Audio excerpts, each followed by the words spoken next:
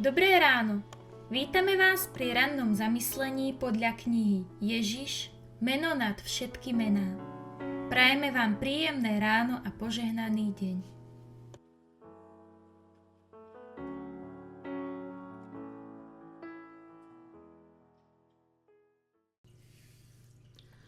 Jak úžasná musí ta láska být, co přišla k nám, o vše se rozdělit, dát novou vláhu pošti spálené, přiblížit nám nebe tak vzdálené. 6. jún, Spasiteľ sveta. Lebo mu svedčalo, pre ktorého všetko a skrze ktorého všetko, ktorý doviedol mnoho synov do slávy, veľvodcu ich spasenia učiniť dokonalým za cenu utrpení. Židom 2. kapitola, verš 10. Kto môže pochopiť lásku, ktorá sa tu prejavuje? Anielský zástup s úžasom a smútkom hľadel na toho, ktorý bol majestátom nebies a nosil korunu slávy, no na zemi mu na hlavu položili trňovú korunu a stal sa krvácajúcou obeťou hnevu, rozzúreného davu, ktorý satanov hnev rozohnil až k šialenstvu.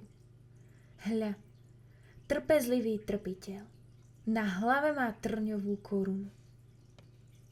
Z každej roztrhnutej žily mu tečie krv. To všetko v dôsledku hriechu. Nič iné ako večná vykupiteľská láska, ktorá navždy zostane tajomstvom, nemohlo podnietiť Krista, aby opustil svoju česť a majestát v nebi a prišiel do hriešneho sveta, aby ho tí, ktorých prišiel zachrániť, zanedbali, opovrhli a odmietli, a aby napokon trpiac zomieral na kríži.